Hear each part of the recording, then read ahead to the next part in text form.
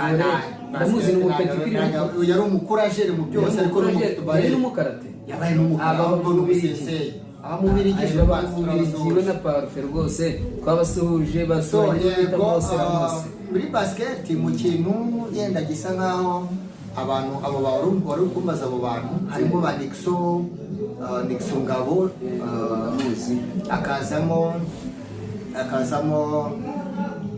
akazamo bo twakinanye harimo na ba Pasi, hari n'abandi bantu bagiye baza nyuma b'abahanga harimo ba Gateye. Rest in peace guys, rest in peace. Okay, rest in peace kuri Gateye. Yari umukinnyi mwiza afite na famille muri Amerika turayisuhuje. Akaza ba Sofoni n'abavuzi, akazamo ba Rodman, Janvier, Nyamishabari na Ticha, bagiye baza nyuma